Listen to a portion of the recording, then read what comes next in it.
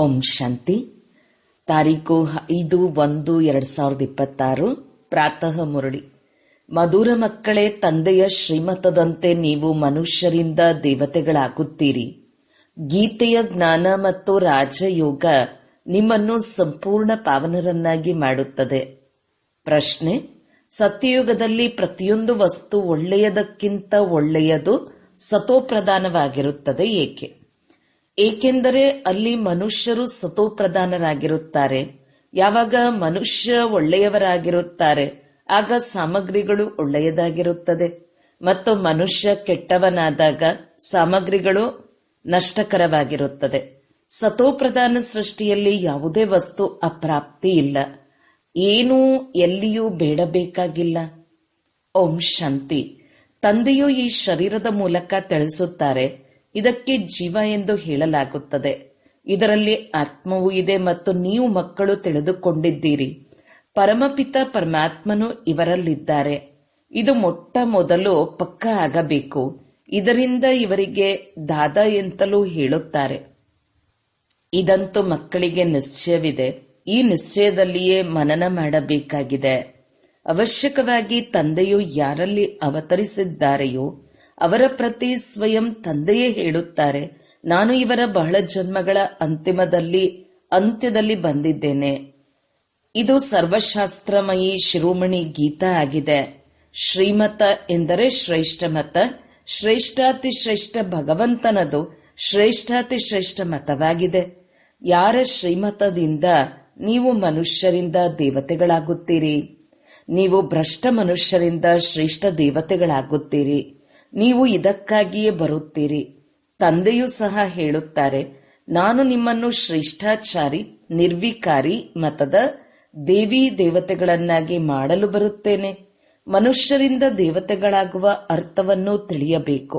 ವಿಕಾರಿ ಮನುಷ್ಯರಿಂದ ನಿರ್ವಿಕಾರಿ ದೇವತೆಗಳನ್ನಾಗಿ ಮಾಡಲು ಬರುತ್ತೇನೆ. ಸತ್ಯಯುಗದಲ್ಲಿ ಮನುಷ್ಯರಿರುತ್ತಾರೆ, ಆದರೆ ದೈವಿ ಗುಣವುಳ್ಳವರು. ಈಗ ಕಲಿಯುಗದಲ್ಲಿ ಆಸುರಿ ಗುಣವುಳ್ಳವರನ್ನು ಹೊಂದಿದ ಮನುಷ್ಯರಾಗಿದ್ದಾರೆ. ಎಲ್ಲವೂ ಮನುಷ್ಯ ಸೃಷ್ಟಿಯಾಗಿದೆ, ಆದರೆ ಅವರು ಈಶ್ವರೀಯ ಬುದ್ಧಿಯವರು. ಇಲ್ಲಿರುವವರು ಆಸುರಿ ಬುದ್ಧಿಯವರಾಗಿದ್ದಾರೆ. ಅಲ್ಲಿ ಜ್ಞಾನ, ಇಲ್ಲಿ ಭಕ್ತಿ ಇದೆ. ಜ್ಞಾನ ಮತ್ತು ಭಕ್ತಿ ಬೇರೆ ಬೇರೆ ಅಲ್ಲವೇ?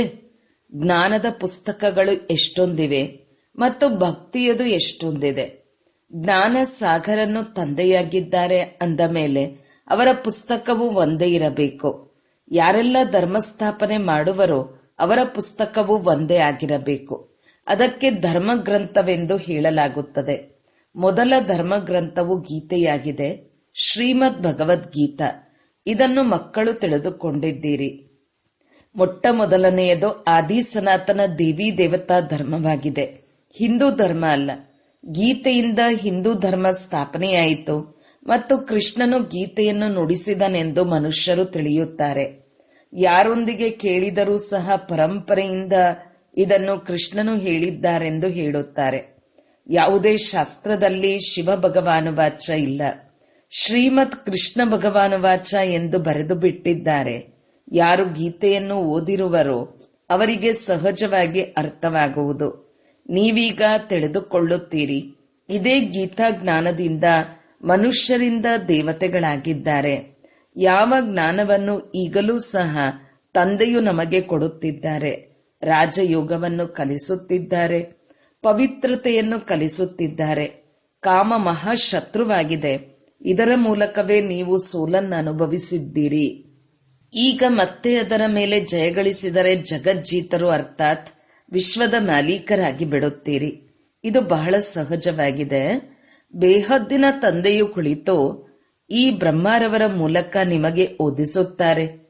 ಅವರು ಎಲ್ಲ ಆತ್ಮಗಳ ತಂದೆಯಾಗಿದ್ದಾರೆ. ಈ ಬ್ರಹ್ಮರವರು ಮನುಷ್ಯರ ಬೇಹದ್ದಿನ ತಂದೆಯಾಗಿದ್ದಾರೆ. ಹೆಸರೇ ಆಗಿದೆ ಪ್ರಜಾಪಿತ ಬ್ರಹ್ಮ. ಬ್ರಹ್ಮನ ತಂದೆಯ ಹೆಸರೇನೆಂದು ನೀವು ಯಾರೊಂದಿಗಾದರೂ ಕೇಳಿದರೆ ಅವರು ತಬ್ಬಿಬಾಗುತ್ತಾರೆ. ಬ್ರಹ್ಮ, ವಿಷ್ಣು, ಶಂಕರರು ರಚನೆಯಾಗಿದ್ದಾರೆ. ಈ ಮೂವರಿಗೂ ಯಾರೋ ತಂದೆ ಇರಬೇಕಲ್ಲವೇ? ನೀವು ತೋರಿಸುತ್ತೀರಿ, ಈ ಮೂವರಿಗೆ ತಂದೆಯು ನಿರಾಕಾರ ಶಿವನಾಗಿದ್ದಾರೆ. ಬ್ರಹ್ಮ, ವಿಷ್ಣು, ಶಂಕರನು ಸೂಕ್ಷ್ಮವತನದ ದೇವತೆಗಳೆಂದು ತೋರಿಸುತ್ತಾರೆ.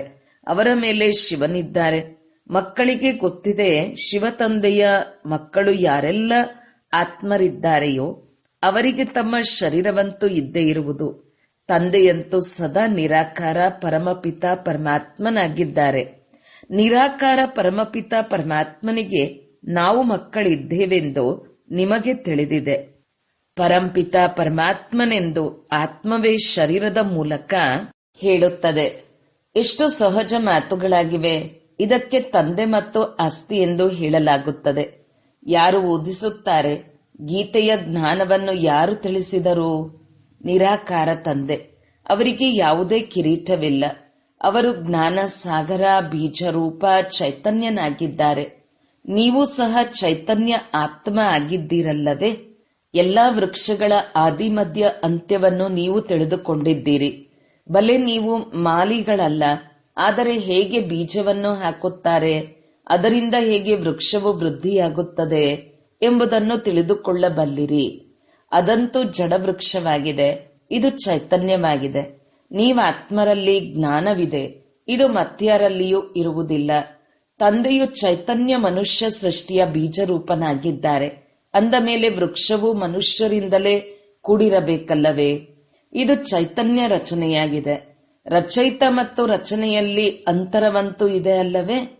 ಮಾವಿನ ಬೀಜವನ್ನು ಹಾಕಿದರೆ ಮಾವಿನ ಸಸಿಯೇ ಬರುತ್ತದೆ ಮತ್ತು ವೃಕ್ಷವು ಎಷ್ಟು ದೊಡ್ಡದಾಗುತ್ತಾ ಹೋಗುತ್ತದೆ. ಹಾಗೆಯೇ ಮನುಷ್ಯ ರಚನೆಯ ಬೀಜದಿಂದ ಎಷ್ಟೊಂದು ಶಾಖೆಗಳು ಹೊರಡುತ್ತವೆ. ಜಡ ಬೀಜದಲ್ಲಿ ಯಾವುದೇ ಜ್ಞಾನ ಇರುವುದಿಲ್ಲ. ಇವರಂತೂ ಚೈತನ್ಯ ಬೀಜರೂಪನಾಗಿದ್ದಾರೆ. ಹೇಗೆ ಉತ್ಪತ್ತಿ, ಪಾಲನೆ ಮತ್ತು ವಿನಾಶವಾಗುತ್ತದೆ ಎಂದು ಅವರಲ್ಲಿ ಇಡೀ ಸೃಷ್ಟಿರೂಪಿ ವೃಕ್ಷದ ಜ್ಞಾನವಿದೆ. ಬಹಳ ದೊಡ್ಡ ವೃಕ್ಷವು ಸಮಾಪ್ತಿಯಾಗಿ ಮತ್ತೆ ಇನ್ನೊಂದು ಹೊಸ ವೃಕ್ಷವು ಹೇಗೆ ಎದ್ದು ನಿಲ್ಲುತ್ತದೆ ಎಂಬುದು ಗುಪ್ತ ಮಾತಾಗಿದೆ. ನಿಮಗೆ ಜ್ಞಾನವು ಗುಪ್ತವಾಗಿಯೇ ಸಿಗುತ್ತದೆ. ತಂದೆಯು ಗುಪ್ತವಾಗಿಯೇ ಬಂದಿದ್ದಾರೆ. ಈಗ ಹೊಸ ವೃಕ್ಷದ ನಾಟಿಯಾಗುತ್ತಿದೆ. ಈಗಂತೂ ಎಲ್ಲರೂ ಪತೀತರಾಗಿ ಬಿಟ್ಟಿದ್ದಾರೆ. ಬೀಜದಿಂದ ಮೊಟ್ಟ ಮೊದಲನೆಯದಾಗಿ ಯಾವ ಎಲೆಗಳು ಬಂದವೋ ಅವರು ಯಾರಾಗಿದ್ದರು? ಸತ್ಯಯುಗದ ಮೊದಲ ಎಲೆಯೆಂದು ಕೃಷ್ಣನಿಗೆ ಹೇಳಲಾಗುವುದು, ಲಕ್ಷ್ಮೀನಾರಾಯಣರಿಗಲ್ಲ. ಹೊಸ ಎಲೆಯು ಚಿಕ್ಕದಾಗಿರುತ್ತದೆ, ನಂತರ ಅದು ದೊಡ್ಡದಾಗುತ್ತದೆ. ಅಂದಾಗ ಈ ಬೀಜಕ್ಕೆ ಎಷ್ಟೊಂದು ಮಹಿಮೆ ಇದೆ. ಇವರಂತೂ ಚೈತನ್ಯ ಅಲ್ಲವೇ? ಮತ್ತೆ ಎಲೆಗಳು ಹೊರಡುತ್ತವೆ, ಅವರಿಗೆ ಬಹಳ ಮಹಿಮೆಯಾಗುತ್ತದೆ. ನೀವೀಗ ದೇವಿ ದೇವತೆಗಳಾಗುತ್ತಿದ್ದೀರಿ. ದೈವಿ ಗುಣಗಳನ್ನು ಧಾರಣೆ ಮಾಡಿಕೊಳ್ಳುತ್ತಿದ್ದೀರಿ. ಮೂಲ ಮಾತೆ ಆಗಿದೆ, ದೈವಿ ಗುಣಗಳನ್ನು ನಾವು ಧಾರಣೆ ಮಾಡಬೇಕು. ಇವರ ತರಹ ನಾವು ಆಗಬೇಕು. ಚಿತ್ರಗಳು ಇವೆ. ಚಿತ್ರಗಳು ಇಲ್ಲದೆ ಹೋದರೆ ಬುದ್ಧಿಯಲ್ಲಿ ಜ್ಞಾನವೇ ಬರುವುದಿಲ್ಲ. ಈ ಚಿತ್ರಗಳು ಬಹಳ ಉಪಯೋಗಕ್ಕೆ ಬರುತ್ತವೆ. ಭಕ್ತಿ ಮಾರ್ಗದಲ್ಲಿ ಈ ಚಿತ್ರಗಳಿಗೂ ಪೂಜೆ ನಡೆಯುತ್ತದೆ ಮತ್ತು ಜ್ಞಾನ ಮಾರ್ಗದಲ್ಲಿ ನಾವು ಈ ರೀತಿ ಆಗಬೇಕೆಂದು ಈ ಚಿತ್ರಗಳಿಂದ ನಿಮಗೆ ಜ್ಞಾನ ಸಿಗುತ್ತದೆ. ಭಕ್ತಿ ಮಾರ್ಗದಲ್ಲಿ ನಾವೇ ಈ ರೀತಿಯಾಗಬೇಕೆಂಬುದನ್ನು ಅವರು ತಿಳಿದುಕೊಳ್ಳುವುದಿಲ್ಲ. ಭಕ್ತಿ ಮಾರ್ಗದಲ್ಲಿ ಎಷ್ಟೊಂದು ಮಂದಿರಗಳಾಗುತ್ತವೆ. ಎಲ್ಲರಿಗಿಂತ ಹೆಚ್ಚು ಯಾರ ಮಂದಿರಗಳಾಗುತ್ತವೆ? ಯಾರು ಬೀಜರೂಪನಾಗಿದ್ದಾರೆ ಆ ಶಿವತಂದೆಯ ಮಂದಿರಗಳೇ ಹೆಚ್ಚು ತಯಾರಾಗುತ್ತವೆ. ಅವರ ನಂತರ ಮೊದಲ ರಚನೆಯ ಮಂದಿರಗಳು ನಿರ್ಮಾಣವಾಗುತ್ತವೆ. ಮೊದಲ ರಚನೆಯು ಈ ಲಕ್ಷ್ಮೀನಾರಾಯಣ ಆಗಿದ್ದಾರೆ. ಶಿವನ ನಂತರ ಎಲ್ಲರಿಗಿಂತ ಹೆಚ್ಚು ಪೂಜೆಯು ಇವರಿಗೆ ನಡೆಯುತ್ತದೆ. ಮಾತೆಯರಂತೂ ಜ್ಞಾನವನ್ನು ತಿಳಿಸುತ್ತೀರಿ, ಅವರ ಪೂಜೆಯಾಗುವುದಿಲ್ಲ. ಓದಿಸುತ್ತೀರಲ್ಲವೇ? ತಂದೆಯು ನಿಮಗೆ ಓದಿಸುತ್ತಾರೆ, ನೀವು ಯಾರದೇ ಪೂಜೆ ಮಾಡುವುದಿಲ್ಲ. ಓದಿಸುವವರಿಗೂ ಈಗ ಪೂಜೆ ಮಾಡುವಂತಿಲ್ಲ. ನೀವು ಯಾವಾಗ ಓದಿ ಮತ್ತೆ ಅವಿದ್ಯಾವಂತರಾಗುವಿರೋ ಆಗ ಪೂಜೆಯಾಗುವುದು. ನೀವೇ ದೇವಿ ದೇವತೆಗಳಾಗುತ್ತೀರಿ. ನಿಮಗೆ ತಿಳಿದಿದೆ, ಯಾರು ನಮ್ಮನ್ನು ಇಷ್ಟು ಶ್ರೇಷ್ಠರನ್ನಾಗಿ ಮಾಡುವರೋ ಅವರ ಪೂಜೆಯೂ ನಡೆಯುವುದು ಮತ್ತು ನಂಬರ್ ವಾರ್ ನಮ್ಮ ಪೂಜೆಯೂ ನಡೆಯುತ್ತದೆ. ಕ್ರಮೇಣವಾಗಿ ಪಂಚತತ್ವಗಳಿಗೂ ಪೂಜೆ ಮಾಡತೊಡಗುತ್ತಾರೆ. ಶರೀರವು ಪಂಚತತ್ವಗಳಿಂದಾಗಿದೆ ಅಲ್ಲವೇ? ಪಂಚತತ್ವಗಳಿಗಾದರೂ ಪೂಜೆ ಮಾಡಿ ಅಥವಾ ಶರೀರದ ಪೂಜೆಯನ್ನಾದರೂ ಮಾಡಿ, ಒಂದೇ ಆಗಿಬಿಡುತ್ತದೆ. ಈ ಜ್ಞಾನವಂತೂ ಬುದ್ಧಿಯಲ್ಲಿದೆ. ಈ ಲಕ್ಷ್ಮೀನಾರಾಯಣರು ಇಡೀ ವಿಶ್ವದ ಮಾಲೀಕರಾಗಿದ್ದರು. ಹೊಸ ಸೃಷ್ಟಿಯಲ್ಲಿ ಈ ದೇವಿ ದೇವತೆಗಳ ರಾಜ್ಯವಿತ್ತು. ಆದರೆ ಅವರು ಯಾವಾಗ ಇದ್ದರು ಎಂಬುದನ್ನು ತಿಳಿದುಕೊಂಡಿಲ್ಲ. ಲಕ್ಷಾಂತರ ವರ್ಷಗಳೆಂದು ಹೇಳಿಬಿಡುತ್ತಾರೆ. ಲಕ್ಷಾಂತರ ವರ್ಷಗಳ ಮಾತು ಯಾರ ಬುದ್ಧಿಯಲ್ಲಿಯೂ ನಿಲ್ಲಲು ಸಾಧ್ಯವಿಲ್ಲ. ಈಗ ನಿಮಗೆ ಸ್ಮೃತಿ ಇದೆ. ನಾವು ಇಂದಿಗೆ 5000 ವರ್ಷಗಳ ಮೊದಲು ಆದಿ ಸನಾತನ ದೇವಿ ದೇವತಾ ಧರ್ಮದವರಾಗಿದ್ದೆವು. ದೇವಿ ದೇವತಾ ಧರ್ಮದವರು ಮತ್ತೆ ಅನ್ಯ ಧರ್ಮಗಳಲ್ಲಿ ಮತಾಂತರಗೊಂಡಿದ್ದಾರೆ. ಹಿಂದೂ ಧರ್ಮವೆಂದು ಹೇಳುವಂತಿಲ್ಲ. ಆದರೂ ಪತೀತರಾಗಿರುವ ಕಾರಣ ತಮ್ಮನ್ನು ದೇವಿ ದೇವತೆಗಳೆಂದು ಹೇಳಿಕೊಳ್ಳುವುದು ಶೋಭಿಸುವುದಿಲ್ಲ. ಅಪವಿತ್ರರಿಗೆ ದೇವಿ ದೇವತೆಗಳೆಂದು ಹೇಳಲು ಸಾಧ್ಯವಿಲ್ಲ. ಮನುಷ್ಯರು ಪವಿತ್ರ ದೇವಿಯರ ಪೂಜೆ ಮಾಡುತ್ತಾರೆ ಅಂದ ಮೇಲೆ ಸ್ವಯಂ ಅಪವಿತ್ರರಾಗಿದ್ದಾರೆ. ಆದ್ದರಿಂದ ಪವಿತ್ರರ ಮುಂದೆ ತಲೆ ಬಾಗಬೇಕಾಗುತ್ತದೆ. ಭಾರತದಲ್ಲಿ ವಿಶೇಷವಾಗಿ ಕನ್ಯೆಯರಿಗೆ ನಮನ ಮಾಡುತ್ತಾರೆ. ಕುಮಾರರಿಗೆ ನಮಿಸುವುದಿಲ್ಲ. ಕನ್ಯೆಯರಿಗೆ ಸ್ತ್ರೀಯರಿಗೆ ನಮಸ್ಕರಿಸುತ್ತಾರೆ. ಪುರುಷರಿಗೆ ಏಕೆ ನಮಿಸುವುದಿಲ್ಲ? ಈ ಸಮಯದಲ್ಲಿ ಜ್ಞಾನವು ಮೊದಲು ಮಾತೆಯರಿಗೆ ಸಿಗುತ್ತದೆ. ತಂದೆಯು ಇವರಲ್ಲಿ ಪ್ರವೇಶ ಮಾಡುತ್ತಾರೆ. ಇದನ್ನೂ ಸಹ ತಿಳಿದುಕೊಂಡಿದ್ದೀರಿ. ಅವಶ್ಯಕವಾಗಿ ಇವರು ಜ್ಞಾನದ ದೊಡ್ಡ ನದಿಯಾಗಿದ್ದಾರೆ. ಜ್ಞಾನ ನದಿಯೂ ಆಗಿದ್ದಾರೆ ಮತ್ತು ಪುರುಷನೂ ಆಗಿದ್ದಾರೆ. ಇದು ಎಲ್ಲದಕ್ಕಿಂತ ದೊಡ್ಡ ನದಿಯಾಗಿದೆ. ಬ್ರಹ್ಮಪುತ್ರ ನದಿಯು ಎಲ್ಲದಕ್ಕಿಂತ ದೊಡ್ಡದಾಗಿದೆ. ಇದು ಕಲ್ಕತ್ತಾದ ಕಡೆ ಸಾಗರದಲ್ಲಿ ಹೋಗಿ ಸೇರುತ್ತದೆ. ಅಲ್ಲಿ ಮೇಳವೂ ಆಗುತ್ತದೆ. ಆದರೆ ಇದು ಆತ್ಮ ಮತ್ತು ಪರಮಾತ್ಮನ ಮೇಳವೆಂದು ಅವರಿಗೆ ಗೊತ್ತಿಲ್ಲ. ಅದಂತೂ ನೀರಿನ ನದಿಯಾಗಿದೆ. ಯಾವುದಕ್ಕೆ ಬ್ರಹ್ಮಪುತ್ರ ಎಂದು ಹೆಸರನ್ನಿಟ್ಟಿದ್ದಾರೆ. ಅವರಂತೂ ಬ್ರಹ್ಮನೆಂದು ಈಶ್ವರನಿಗೆ ತಿಳಿದಿದ್ದಾರೆ. ಆದ್ದರಿಂದ ಬ್ರಹ್ಮಪುತ್ರ ನದಿಯನ್ನು ಬಹಳ ಪಾವನವೆಂದು ತಿಳಿಯುತ್ತಾರೆ. ದೊಡ್ಡ ನದಿಯಾಗಿದ್ದರೆ ಅದು ಪವಿತ್ರವಾಗಿಯೂ ಇರುವುದು. ವಾಸ್ತವದಲ್ಲಿ ಪತೀತ ಪಾವನಿ ಎಂದು ಗಂಗೆಗೆ ಅಲ್ಲ, ಬ್ರಹ್ಮಪುತ್ರ ನದಿಗೆ ಹೇಳಲಾಗುವುದು. ಮೇಳವು ಇಲ್ಲಿಯೇ ಸೇರುತ್ತದೆ. ಅಂದರೆ ಇದು ಸಾಗರ ಮತ್ತು ಬ್ರಹ್ಮ ನದಿಯ ಮೇಳವಾಗಿದೆ. ಬ್ರಹ್ಮರವರ ಮೂಲಕ ಹೇಗೆ ರಚನೆಯಾಯಿತು ಎಂಬುದು ಗುಹ್ಯವಾದ ತಿಳಿದುಕೊಳ್ಳುವ ಮಾತುಗಳಾಗಿವೆ. ಇವು ಪ್ರಾಯಲೋಪವಾಗಿ ಬಿಡುತ್ತದೆ. ಇದಂತೂ ಬಹಳ ಸಹಜ ಮಾತಲ್ಲವೇ? ಭಗವಾನು ವಾಚ, ನಾನು ನಿಮಗೆ ರಾಜಯೋಗವನ್ನು ಕಲಿಸುತ್ತೇನೆ ಮತ್ತು ಈ ಪ್ರಪಂಚವೇ ಸಮಾಪ್ತಿಯಾಗಿ ಬಿಡುವುದು. ಶಾಸ್ತ್ರ ಇತ್ಯಾದಿಗಳೇನು ಉಳಿಯುವುದಿಲ್ಲ. ಮತ್ತೆ ಭಕ್ತಿ ಮಾರ್ಗದಲ್ಲಿ ಈ ಶಾಸ್ತ್ರಗಳು ರಚಿಸಲ್ಪಡುತ್ತದೆ. ಜ್ಞಾನ ಮಾರ್ಗದಲ್ಲಿ ಶಾಸ್ತ್ರಗಳಿರುವುದಿಲ್ಲ. ಈ ಶಾಸ್ತ್ರಗಳು ಪರಂಪರೆಯಿಂದ ನಡೆದು ಬರುತ್ತದೆ ಎಂದು ಮನುಷ್ಯರು ತಿಳಿಯುತ್ತಾರೆ. ಸ್ವಲ್ಪವೂ ಜ್ಞಾನವಿಲ್ಲ. ಕಲ್ಪದ ಆಯಸ್ಸನ್ನು ಲಕ್ಷಾಂತರ ವರ್ಷಗಳೆಂದು ಹೇಳಿಬಿಟ್ಟಿದ್ದಾರೆ. ಆದ್ದರಿಂದ ಪರಂಪರೆ ಎಂದು ಹೇಳಿಬಿಡುತ್ತಾರೆ. ಇದಕ್ಕೆ ಅಜ್ಞಾನ ಅಂಧಕಾರವೆಂದು ಹೇಳಲಾಗುತ್ತದೆ. ಈಗ ನೀವು ಮಕ್ಕಳಿಗೆ ಈ ಬೇಹದ್ದಿನ ವಿದ್ಯೆಯೂ ಸಿಗುತ್ತದೆ. ಇದರಿಂದ ನೀವು ಆದಿ ಮಧ್ಯ ಅಂತ್ಯದ ರಹಸ್ಯವನ್ನು ತಿಳಿಸಬಲ್ಲಿರಿ. ನಿಮಗೆ ಈ ದೇವಿ ದೇವತೆಗಳ ಪೂರ್ಣ ಚರಿತ್ರೆ ಭೂಗೋಳವು ತಿಳಿದಿದೆ. ಇವರು ಪವಿತ್ರ ಪ್ರವೃತ್ತಿ ಮಾರ್ಗದ ಪೂಜ್ಯರಾಗಿದ್ದಾರೆ. ಈಗ ಪೂಜಾರಿ ಪತೀತರಾಗಿದ್ದಾರೆ. ಸತ್ಯಯುಗದಲ್ಲಿ ಪವಿತ್ರ ಪ್ರವೃತ್ತಿ ಮಾರ್ಗವಿರುತ್ತದೆ. ಇಲ್ಲಿ ಕಲಿಯುಗದಲ್ಲಿ ಅಪವಿತ್ರ ಪ್ರವೃತ್ತಿ ಮಾರ್ಗವಿದೆ. ನಂತರ ನಿವೃತ್ತಿ ಮಾರ್ಗವಾಗುತ್ತದೆ. ಅದು ಸಹ ಡ್ರಾಮಾದಲ್ಲಿದೆ. ಅದಕ್ಕೆ ಸನ್ಯಾಸ ಧರ್ಮವೆಂದು ಹೇಳಲಾಗುತ್ತದೆ. ಗೃಹಸ್ಥದ ಸನ್ಯಾಸ ಮಾಡಿ ಕಾಡಿಗೆ ಹೊರಟು ಹೋಗುತ್ತಾರೆ. ಇದು ಹದ್ದಿನ ಸನ್ಯಾಸವಾಗಿದೆ. ಇರುವುದಂತೂ ಇದೇ ಹಳೆಯ ಪ್ರಪಂಚದಲ್ಲಿಯೇ ಅಲ್ಲವೇ? ನೀವೀಗ ತಿಳಿದುಕೊಳ್ಳುತ್ತೀರಿ, ನಾವು ಸಂಗಮ ಯುಗದಲ್ಲಿದ್ದೇವೆ, ಮತ್ತೆ ಹೊಸ ಪ್ರಪಂಚದಲ್ಲಿ ಹೋಗುತ್ತೇವೆ. ನಿಮಗೆ ತಿಥಿ ತಾರೀಕು ಗಳಿಗೆಯ ಸಹಿತವಾಗಿ ಎಲ್ಲವೂ ತಿಳಿದಿದೆ. ಅವರಂತೂ ಕಲ್ಪದ ಆಯಸ್ಸನ್ನು ಲಕ್ಷಾಂತರ ವರ್ಷ ಎಂದು ಹೇಳಿಬಿಡುತ್ತಾರೆ. ಇದರ ಪೂರ್ಣ ಲೆಕ್ಕವನ್ನು ತೆಗೆಯಬೇಕು. ಲಕ್ಷಾಂತರ ವರ್ಷಗಳ ಮಾತು ನೆನಪು ಮಾಡಿಕೊಳ್ಳುವುದಕ್ಕೂ ಸಾಧ್ಯವಿಲ್ಲ. ನೀವೀಗ ತಿಳಿದುಕೊಂಡಿದ್ದೀರಿ, ತಂದೆಯು ಯಾರಾಗಿದ್ದಾರೆ, ಹೇಗೆ ಬರುತ್ತಾರೆ, ಯಾವ ಕರ್ತವ್ಯ ಮಾಡುತ್ತಾರೆ. ನೀವು ಎಲ್ಲರ ಕರ್ತವ್ಯವನ್ನು ಜನ್ಮಪತ್ರಿಯನ್ನು ತಿಳಿದುಕೊಂಡಿದ್ದೀರಿ. ಬಾಕಿ ವೃಕ್ಷದ ಎಲೆಗಳಂತೂ ಬಹಳಷ್ಟಿರುತ್ತವೆ. ಅದನ್ನು ಎಣಿಕೆ ಮಾಡಲು ಸಾಧ್ಯವಿಲ್ಲ. ಈ ಬೇಹದ್ದಿನ ಸೃಷ್ಟಿರೂಪಿ ವೃಕ್ಷದ ಎಲೆಗಳು ಎಷ್ಟಿವೆ? 5000 ವರ್ಷಗಳಲ್ಲಿ ಇಷ್ಟೊಂದು ಕೋಟ್ಯಾಂತರ ಜನಸಂಖ್ಯೆ ಇದೆ ಅಂದ ಮೇಲೆ ಇನ್ನು ಲಕ್ಷಾಂತರ ವರ್ಷಗಳಲ್ಲಿ ಇನ್ನೆಷ್ಟು ಜನಸಂಖ್ಯೆಯಾಗಬಹುದು? ಭಕ್ತಿ ಮಾರ್ಗದಲ್ಲಿ ತೋರಿಸುತ್ತಾರೆ, ಸತ್ಯಯುಗವು ಇಷ್ಟು ವರ್ಷಗಳು, ತ್ರೇತಾಯುಗ ಇಷ್ಟು ವರ್ಷಗಳು, ದ್ವಾಪರ ಯುಗವು ಇಷ್ಟು ವರ್ಷಗಳೆಂದು ಬರೆಯಲ್ಪಟ್ಟಿದೆ. ತಂದೆಯು ಕುಳಿತು ನೀವು ಮಕ್ಕಳಿಗೆ ಇದೆಲ್ಲ ರಹಸ್ಯಗಳನ್ನು ತಿಳಿಸುತ್ತಾರೆ. ಮಾವಿನ ಬೀಜವನ್ನು ನೋಡಿದಾಗ ಮಾವಿನ ವೃಕ್ಷವೇ ಸನ್ಮುಖದಲ್ಲಿ ಬರುತ್ತದೆ ಅಲ್ಲವೇ? ಈಗ ಮನುಷ್ಯ ಸೃಷ್ಟಿಯ ಬೀಜರೂಪನು ನಿಮ್ಮ ಸಮ್ಮುಖದಲ್ಲಿದ್ದಾರೆ. ನಿಮಗೆ ಅವರು ಕುಳಿತು ವೃಕ್ಷದ ರಹಸ್ಯವನ್ನು ತಿಳಿಸುತ್ತಾರೆ, ಏಕೆಂದರೆ ಚೈತನ್ಯನಾಗಿದ್ದಾರೆ. ತಿಳಿಸುತ್ತಾರೆ, ನಮ್ಮದು ಇದು ತಲಕೆಳಕಾದ ವೃಕ್ಷವಾಗಿದೆ, ನೀವು ಸಹ ಇದನ್ನು ತಿಳಿಸಬಹುದು. ಈ ಪ್ರಪಂಚದಲ್ಲಿ ಏನೆಲ್ಲ ಜಡ ಹಾಗೂ ಚೈತನ್ಯ ಇದೆಯೋ ಎಲ್ಲವೂ ಚಾಚೂ ತಪ್ಪದೆ ಪುನರಾವರ್ತನೆಯಾಗುವುದು. ಈಗ ಎಷ್ಟೊಂದು ವೃದ್ಧಿ ಹೊಂದುತ್ತಿರುತ್ತಾರೆ. ಸತ್ಯಯುಗದಲ್ಲಿ ಇಷ್ಟೊಂದು ಇರಲು ಸಾಧ್ಯವಿಲ್ಲ. ಇಂತಹ ವಸ್ತು ಆಸ್ಟ್ರೇಲಿಯಾದಿಂದ, ಜಪಾನಿನಿಂದ ಬಂದಿತೆಂದು ಹೇಳುತ್ತಾರೆ. ಸತ್ಯಯುಗದಲ್ಲಿ ಜಪಾನ್, ಆಸ್ಟ್ರೇಲಿಯಾ ಮೊದಲಾದವುಗಳು ಇರಲಿಲ್ಲ. ಡ್ರಾಮಾನುಸಾರ ಅಲ್ಲಿನ ವಸ್ತುಗಳು ಇಲ್ಲಿಗೆ ಆಮದು ಮಾಡಿಕೊಳ್ಳುತ್ತಾರೆ. ಅಮೆರಿಕಾದಿಂದ ಗೋಧಿಯು ಬರುತ್ತದೆ. ಸತ್ಯಯುಗದಲ್ಲಿ ಎಲ್ಲಿಂದಲೂ ಬರುವುದಿಲ್ಲ. ಅಲ್ಲಂತೂ ಒಂದೇ ಧರ್ಮವಿರುತ್ತದೆ, ಇಲ್ಲಾದರೆ ಧರ್ಮಗಳು ವೃದ್ಧಿಯಾಗುತ್ತಿರುತ್ತದೆ.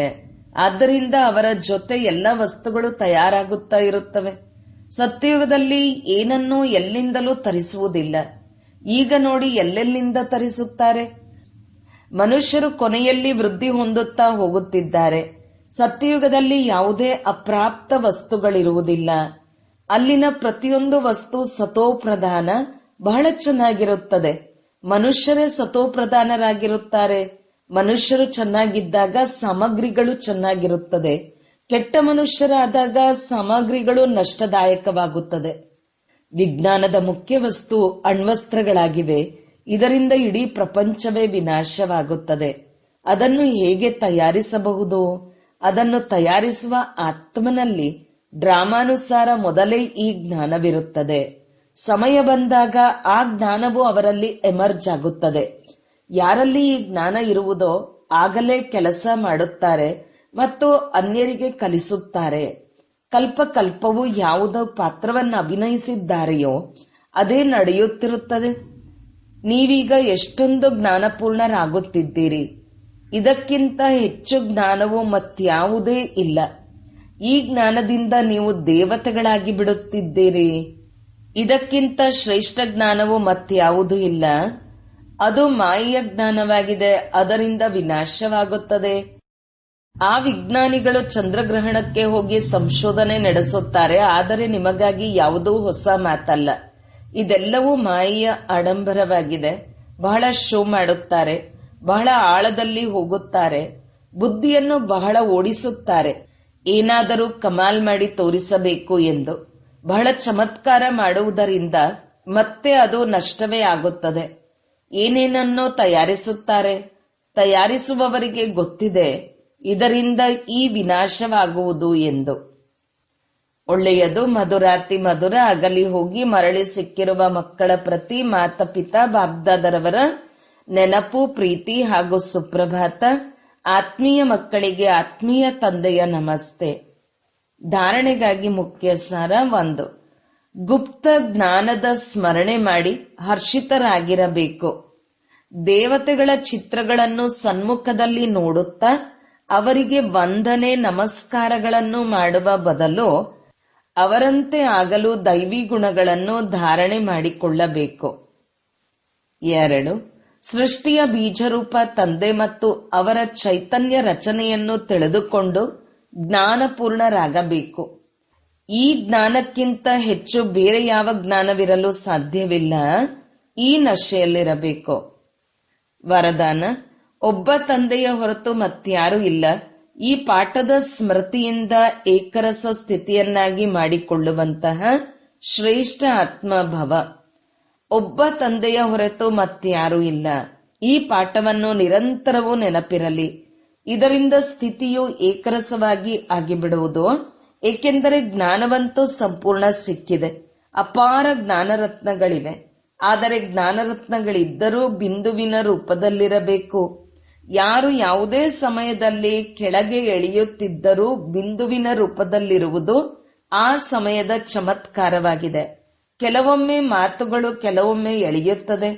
ಕೆಲವೊಮ್ಮೆ ಯಾವುದಾದರೂ ವ್ಯಕ್ತಿ, ಕೆಲವೊಮ್ಮೆ ಯಾವುದಾದರೂ ವಸ್ತು, ಕೆಲವೊಮ್ಮೆ ವಾಯುಮಂಡಲವೇ. ಇದಂತೂ ಅವಶ್ಯಕವಾಗಿ ಆಗುವುದು. ಆದರೆ ಸೆಕೆಂಡಿನಲ್ಲಿ ಈ ವಿಸ್ತಾರವೇ ಸಮಾಪ್ತಿಯಾಗಿ ಏಕರಸ ಸ್ಥಿತಿ ಇರಬೇಕು. ಹೀಗಿದ್ದಾಗ ಶ್ರೇಷ್ಠ ಆತ್ಮಾಭವದ ವರದಾನಿ ಎಂದು ಹೇಳಲಾಗುತ್ತದೆ. ಸ್ಲೋಗನ್: ಜ್ಞಾನದ ಶಕ್ತಿಯನ್ನು ಧಾರಣೆ ಮಾಡಿಕೊಳ್ಳುತ್ತೀರೆಂದರೆ ವಿಘ್ನವು ಯುದ್ಧ ಮಾಡುವುದಕ್ಕೆ ಬದಲು ಸೋಲನ್ನು ಅನುಭವಿಸುತ್ತದೆ. ಅವ್ಯಕ್ತ ಸೂಚನೆಗಳು: ಈ ಅವ್ಯಕ್ತ ಮಾಸದಲ್ಲಿ ಬಂಧನ ಮುಕ್ತರಾಗಿ ಜೀವನ್ಮುಕ್ತ ಸ್ಥಿತಿಯ ಅನುಭವ ಮಾಡಿರಿ. ಈಗ ನೀವು ಎಲ್ಲರೂ ಈ ರೀತಿ ಮುಕ್ತರಾಗಿ ಮಾಸ್ಟರ್ ಮುಕ್ತಿ ದಾತರೆ ಎಲ್ಲ ಆತ್ಮಗಳು, ಪ್ರಕೃತಿ, ಭಕ್ತರು ಬಂಧನ ಮುಕ್ತವಾಗುವಂತೆ ಮಾಡಿರಿ. ಈಗ ಬ್ರಹ್ಮ ತಂದೆಗೆ ಈ ಒಂದೇ ವಿಷಯದ ದಿನಾಂಕದ ಬಗ್ಗೆ ಸದಾ ಚಿಂತೆ ಇರುತ್ತದೆ. ನನ್ನ ಪ್ರತಿಯೊಬ್ಬ ಮಕ್ಕಳು ಯಾವಾಗ ಜೀವನ್ಮುಕ್ತರಾಗುವರು ಎಂದು. ಹೀಗೆ ಅರ್ಥ ಮಾಡಿಕೊಳ್ಳಬಾರದು ಅಂತಿಮದಲ್ಲಿ ಜೀವನ್ಮುಕ್ತರಾಗುತ್ತೇವೆ ಎಂದು. ಇಲ್ಲ, ಬಹುಕಾಲದಿಂದ ಜೀವನ್ಮುಕ್ತ ಸ್ಥಿತಿಯ ಅಭ್ಯಾಸ ಮಾಡುವುದೇ ಬಹುಕಾಲ ಜೀವನ್ಮುಕ್ತ ರಾಜ್ಯಭಾಗ್ಯದ ಹಕ್ಕುದಾರರನ್ನಾಗಿ ಮಾಡುತ್ತದೆ.